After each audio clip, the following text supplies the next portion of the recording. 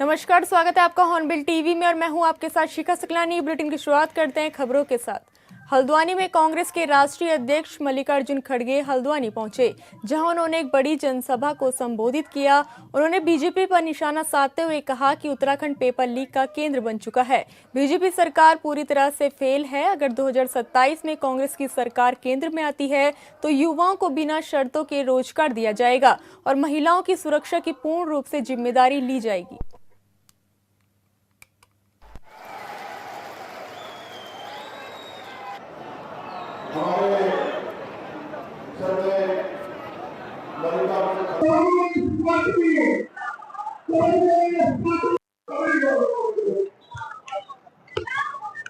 भाइयों, ये जो तबादले भी करते हैं उसमें भी पैसे खाते हैं। पिछले 9 वर्ष में यहाँ सरकारी स्कूल्स इतने बंद हो गए हैं, पूछो मत। कोई टीचर की भर्ती नहीं, प्रिंसिपल की भर्ती नहीं, हजारों स्कूल सरकारी बंद है। गरीब लोग कहाँ जाना? जिसके पास पैसा है वो कुछ प्राइवेट स्कूल में डालेगा, किसके पास पैसा नहीं है वो सरकारी स्कूल पे डिपेंड है, वो करेगा क्या? तो गरीबों को खत्म करने का भी ये एक तरीका बीजेपी ने ढूंढा है, तो वो कर रहे हैं। तो पिछले 9 वर्षों में यहाँ की सरकार ना स्कूल में भर्ती कर रही है, टीचर्स, प्रिंसिपल्स, ये सब को दूर रखा। टेक्निकल एजुकेशन यही हालत है।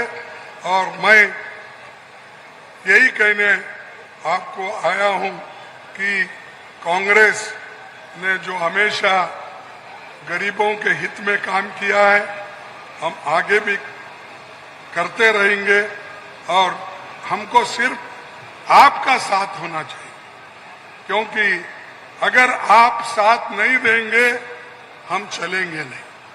तो मैं यही चाहूंगा कि आप हमको साथ देंगे। और एक बात मैं बताना भूल गया, अग्निवीर, अरे 4 साल काम करो, घर को जाओ। अब पहला बटालियन वापिस आ रहा है ट्रेनिंग लेके।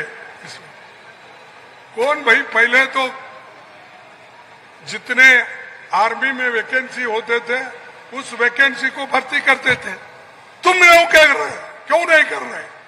क्योंकि उनके लोग तो आर्मी में जाते नहीं, जान देते नहीं। ये तो जान लेने वाले लोग हैं, जान देने वाले नहीं है।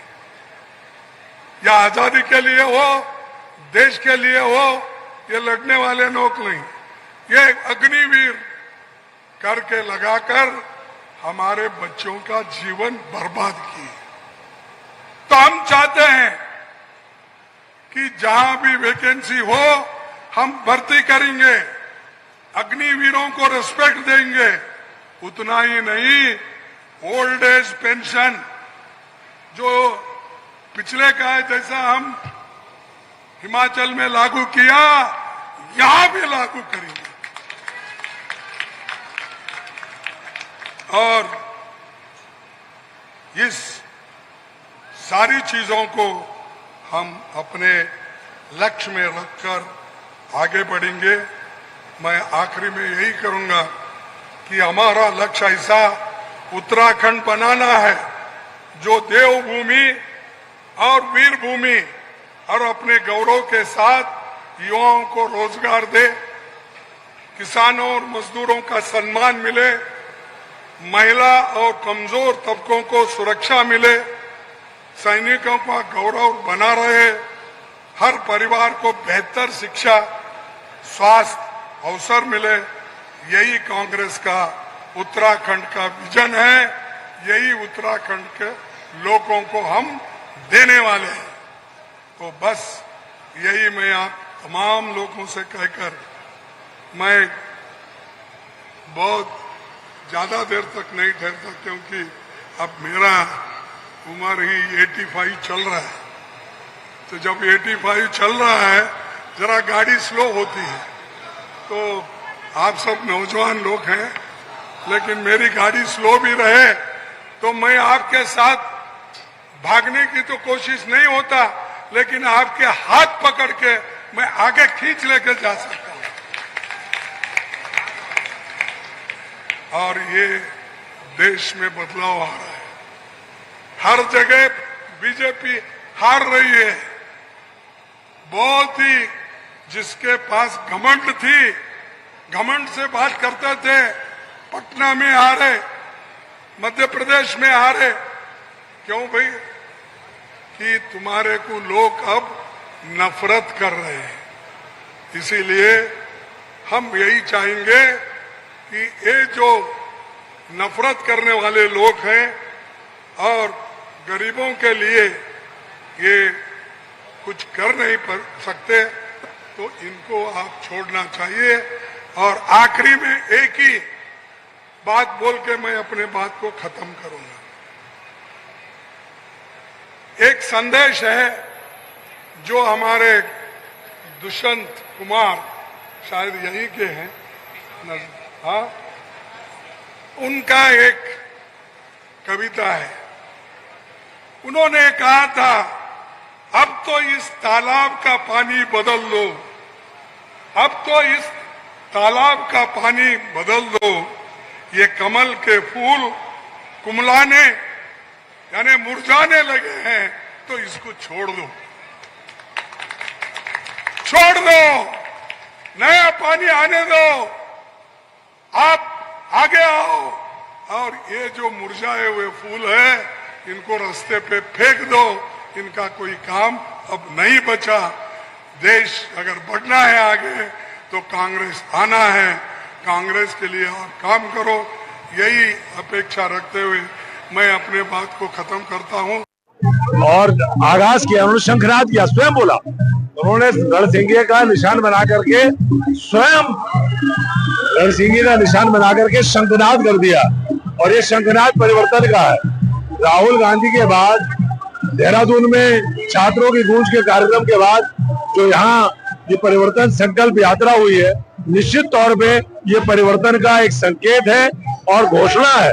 और इतनी सफल सरकार के शासन के, पुलिस के सारे बाधाओं के बाद इतने बड़े पैमाने पर लोग उमड़े हैं, मैं समझता हूँ ये परिवर्तन का संकेत। आप खुद देखिए, आज कार्यकर्ताओं में, और कार्यकर्ताओं में नहीं, पूरे क्षेत्रवासियों में इस कदर उत्साह है कि आप 5 किलोमीटर 6 किलोमीटर शहर में किसी भी तरफ को चले जाइए, वहां आपको लोगों का हुजूम, पिछले 4 घंटे से लोग आ भी रहे हैं, जा भी रहे हैं। आप ऐसा हुजूम, ये ऐतिहासिक हुजूम इस शहर ने बहुत कम देखा है। और मुझे लगता है कि जो ये रैली हुई है, ये रैली उत्तराखंड में सत्ता परिवर्तन के लिए, जो भाजपा की कुरीतियां हैं, जो उनकी गुंडागर्दी है, जो उनका हिटलरशाही रवैया है, उनके ताबूत में आखिरी कील ठोकने का काम करेगी।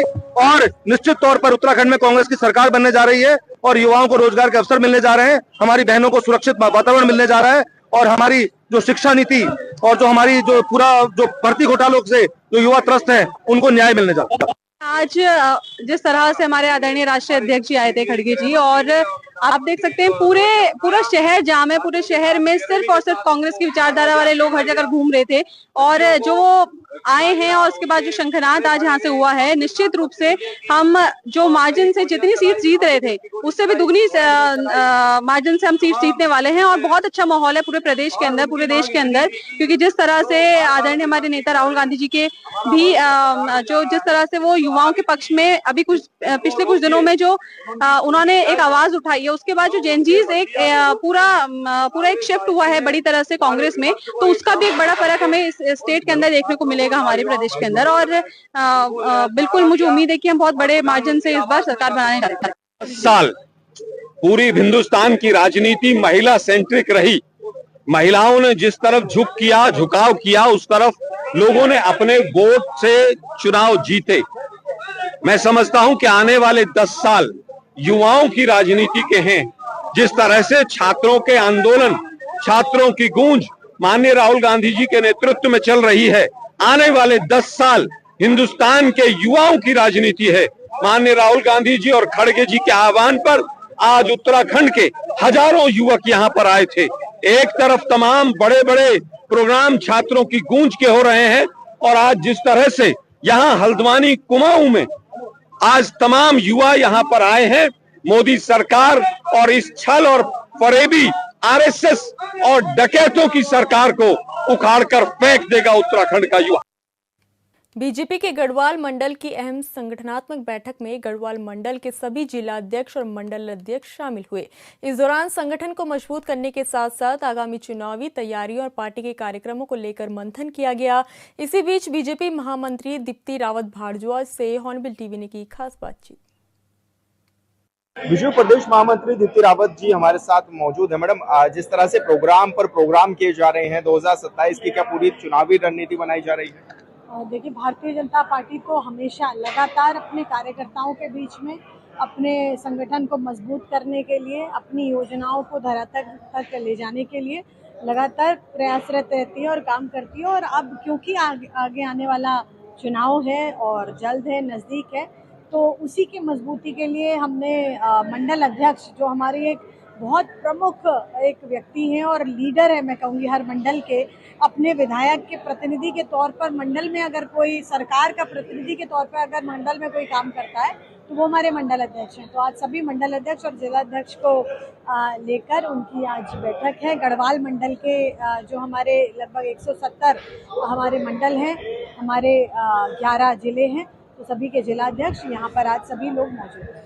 मैडम, बूथ स्तर पर किस तरह से कनेक्टिविटी की जा रही है कि आगामी, क्योंकि इलेक्शन में किस तरह की आप लोग जीत के दावे भी कर रहे हैं, हैट्रिक लगाने की बात आप लोग कर रहे हैं? देखिए, बूथ पर हम हमेशा बूथ सशक्तिकरण के अभियान चलते हैं। बूथ को कैसे मजबूत किया जाए उसकी बात चलती है। बूथ में कैसे हमारा मन की बात का जो कार्यक्रम है वो हर बूथ पे सुना जाए। इस बार भी बहुत अच्छा प्रदर्शन हमने किया है। वहाँ मन की बात लगभग 80% बूथों पे, उत्तराखंड के बूथों पे सुनी गई है। तो लगातार बूथ पर जब कोई एक्टिविटी होती है तो वो बूथ को सक्रिय करने का काम करती है और बूथ के कार्यकर्ता को सक्रिय करने का काम करती है, और उनको सक्रिय करने का काम जो है वो मंडल अध्यक्ष करते हैं। तो बहुत महत्वपूर्ण बैठक है जो नीचे तक हमारी चीज़ें हैं सक्रिय करने के साथ साथ हमारी जो योजनाएं हैं, जो लाभ हैं, जो आज सरकार आपके द्वार करके जो हम कर रहे हैं कि लगातार सरकार भी जारी है, अपने कैंप लगा रही है, उनकी जो लोग नहीं जा पाते हैं मुख्यालयों पे, उनका काम अपने गांव में ही हो रहा है। तो उसको भी कहीं ना कहीं बूथ के कार्यकर्ता और मंडल के कार्यकर्ता मिलकर के। मैडम, महिलाओं की किस तरह से भागीदारी भी आप लोग सुनिश्चित कर रहे हैं और खासकर पार्टी में किस तरह की भूमिका महिलाएं निभाती हुई नजर आ रही है, क्योंकि आप लोगों का लक्ष्य भी है कि महिलाओं को बड़ी संख्या में जोड़ना पार्टी से? महिलाएं देश की आधी आबादी हैं। महिलाएं प्रदेश की, मैं कहूँगी वोटर की अगर हम बात करें तो वोटर भी आधी जो वोटर हैं हमारी उसमें महिलाएं हैं। तो महिलाओं की बहुत प्रमुख भूमिका है और भारतीय जनता पार्टी ने तो पहली ऐसी पार्टी है जिसने पार्टी के अंदर 33% आरक्षण महिलाओं को दिया है। और आज भी पार्लियामेंट और विधानसभा में नारी शक्ति वंदन अधिनियम का अगर कोई समर्थन करता है तो वो भारतीय जनता पार्टी और एनडीए करता है। लेकिन उसके साथ साथ ऑपोजिशन भी हमें देखने को मिल रहा है कि कैसे उन्होंने नारी शक्ति वंदन अधिनियम का विरोध किया, किस प्रकार से जब ये बिल गिरा तो उन्होंने किस प्रकार से वहाँ पर एक खुशी मनाई। उन्होंने सोचा कि उन्होंने क्या जीत लिया और क्या अर्जित कर लिया। मुझे लगता है महिलाओं का जो क्रोध है उन्हें देखने को जरूर मिलेगा आगे आने वाले चुनाव में। अंतिम सवाल बस मेरा ये है कि युवाओं की भागीदारी बढ़ी है, युवाओं को किस तरह की जिम्मेदारी दी जा रही है खासकर बीजेपी में? युवा लगातार आगे, आप देखिए हमारे मंडल अध्यक्षों की अगर आप एवरेज एज देखिए तो सब 40 से छोटे उम्र के जो हैं वो मंडल अध्यक्ष हैं। ऐसे ही 45 से जो छोटे हैं वो हमारे कम उम्र के हैं, वो हमारे जिले के अध्यक्ष हैं। तो पार्टी में लगातार उसको जो एक एज जो है उसको बहुत एक फैक्टर देखा गया है कि जो युवा हैं उनको ज़्यादा से ज़्यादा मेन स्ट्रीम में लाया जाए। युवा मोर्चा में तो है ही, लेकिन युवा मोर्चा के साथ साथ मेन पार्टी के पदों पे कैसे हमारे युवा जो प्रतिनिधि हैं उनको भी एक प्रमुख जिम्मेदारियां दी जाए, तो वो लगातार चल रहा है। धन्यवाद मैडम, हमसे बातचीत करने के लिए। तो दीप्ति रावत भारद्वाज जी हमारे साथ हैं जो कि तमाम विषयों पर हमारे साथ बातचीत करेंगे। हॉर्नबिल टीवी के लिए देहरादून से विशाल गर्ग। स्मार्ट सिटी योजना में उत्तर प्रदेश से 10 शहरों जिसमें आगरा, बरेली, अलीगढ़, लखनऊ, झांसी, कानपुर, मुरादाबाद, सहारनपुर, वाराणसी को शामिल किया गया है और उत्तराखंड की राजधानी देहरादून को भी शामिल किया गया है। एक शहर को स्मार्ट बनाने के नाम पर 1000 करोड़ से ज्यादा का बजट खर्च किया गया। बावजूद देहरादून जैसे शहर की तस्वीर तक नहीं बदली। आज भी स्थिति ये है कि थोड़ी सी बारिश होने पर शहर के कई इलाकों में पानी भर जाता है। भारी ट्रैफिक जाम की स्थिति है। इतना ही नहीं, शहर के कुछ इलाकों में स्ट्रीट लाइट तक नहीं जलती। शहर में ही कई सड़कों पर बड़े बड़े गड्ढे बने हैं, जिसके आज तक समय राजनीति है।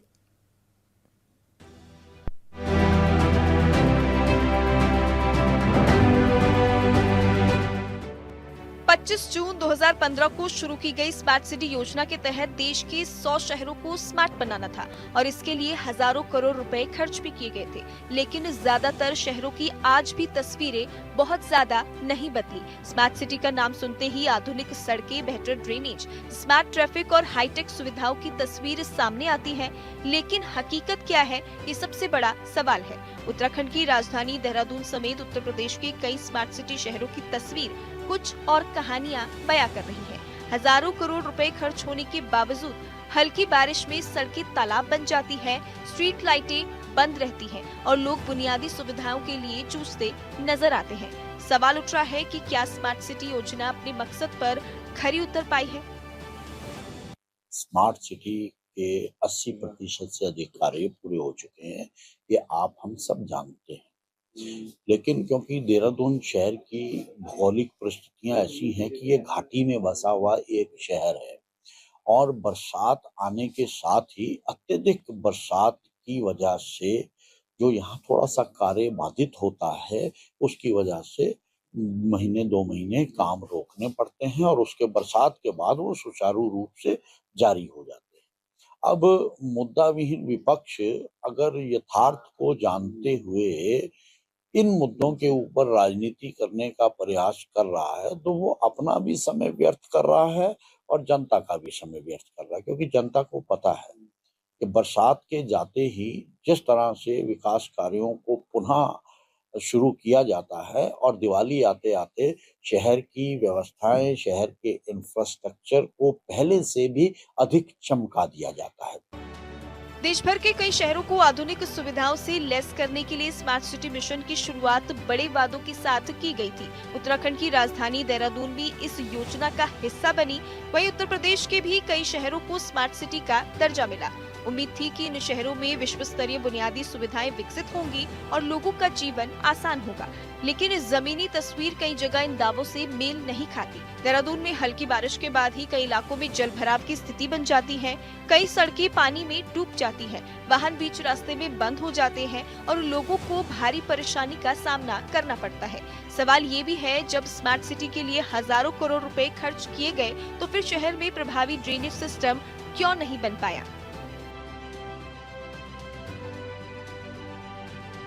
स्मार्ट सिटी में सिर्फ जल भराव ही नहीं, शहर के कई इलाकों में स्ट्रीट लाइटों के बंद रहने की शिकायतें भी लगातार सामने आती रही हैं। विपक्ष का कहना है कि बारिश हो या सामान्य दिन, बुनियादी सुविधाओं की कमी अब भी बनी हुई है। ऐसे में लोग पूछ रहे हैं कि आखिर स्मार्ट सिटी की परिकल्पना धरातल पर कब दिखाई देगी। विपक्ष का कहना है कि किसी भी शहर को स्मार्ट बनाने का मतलब केवल सौंदर्यीकरण नहीं, बल्कि मजबूत सीवर और ड्रेनेज व्यवस्था, बेहतर ट्रैफिक प्रबंधन, नियमित रखरखाव और नागरिक सुविधाओं को प्राथमिकता देना भी है। यदि ये मूलभूत व्यवस्थाएं ही प्रभावी नहीं हैं, तो परियोजनाओं की सफलता पर सवाल उठना स्वाभाविक है।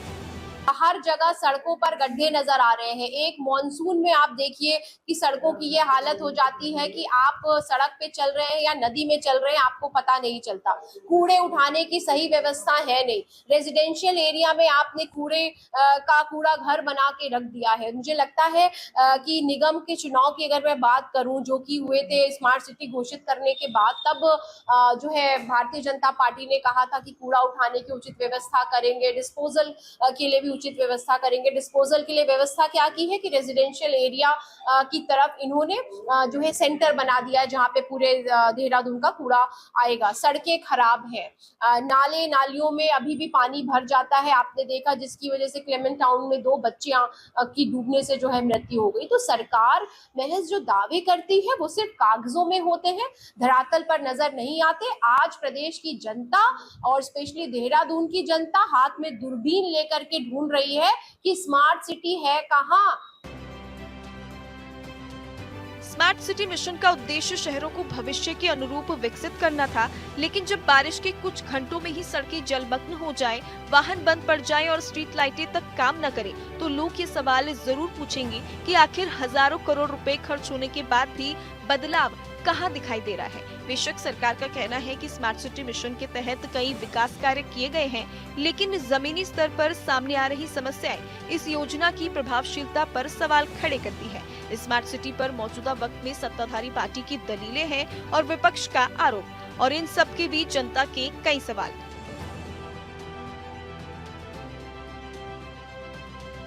Bureau report, hornbill TV. Chamoli में स्वच्छता व्यवस्था को बेहतर बनाने और आमजन को स्वच्छता के प्रति जागरूक करने के उद्देश्य से वृहद स्वच्छता अभियान चलाया गया। इस अभियान में जिले के सभी विकास खंडों, नगर निकाय और ग्राम पंचायतों में एक साथ सफाई अभियान चलाया गया। नगर पालिका गौचर क्षेत्र में कई स्थानों पर सफाई कर लोगों को स्वच्छता के प्रति जागरूक किया गया और स्वच्छता बनाए रखने की शपथ दिलाई गई। चमोली जिले के गोपेश्वर में राजकीय इंटर कॉलेज के सभागार में वीरांगना तीलू रौतेली का जन्मदिवस धूमधाम से मनाया गया। उत्तराखंड महिला आयोग और बुलंदी साहित्यिक सेवा समिति के तत्वाधान में आयोजित कार्यक्रम में भाषण और चित्रकला प्रतियोगिता आयोजित की गई, जिसमें छात्र छात्राओं ने बढ़ चढ़कर प्रतिभाग किया। उत्कृष्ट प्रदर्शन करने वाले विद्यार्थियों को मुख्य अतिथि ने पुरस्कार देकर सम्मानित किया। वहीं सामाजिक क्षेत्र में उल्लेखनीय कार्य करने वाली 3 महिलाओं को भी सम्मानित किया गया। इस दौरान छात्र छात्राओं ने रंगारंग सांस्कृतिक कार्यक्रमों की प्रस्तुति देकर समा बांध दिया। हमारे गढ़वाल में महिलाओं के लिए जो कृषि 8 अगस्त को तीलू रौतेली की जयंती के अवसर पर उत्तराखंड राज्य महिला आयोग की जो उपाध्यक्ष है श्रीमती चंद्रकला तिवारी जी और बुलंदी साहित्यिक सेवा समिति के तत्वाधान में विद्यालय स्तर पर हमने ये कार्यक्रम आयोजित किया गया है, जिसमें कि हमने भाषण प्रतियोगिता और चित्रांग प्रतियोगिता का आयोजन किया गया था, जिसमें जो प्रतिभागी उत्कृष्ट जिन्होंने प्रदर्शन किया है उनको पुरस्कृत किया गया है और विभिन्न क्षेत्रों में जो महिलाएं उत्कृष्ट कार्य कर रही हैं उनको भी यहाँ पर आमंत्रित किया गया और उनको भी सम्मानित किया गया, और जिसमें हमारा विद्यालय ने बहुत सहयोग किया है, जिसमें हमारे नगर के 7 विद्यालयों को आमंत्रित किया गया और सभी छात्र छात्राओं ने इसमें उत्कृष्ट प्रदर्शन किया। फिलहाल इस बुलेटिन में इतना ही। आप देखते रहिए हॉर्नबिल टीवी। नमस्कार।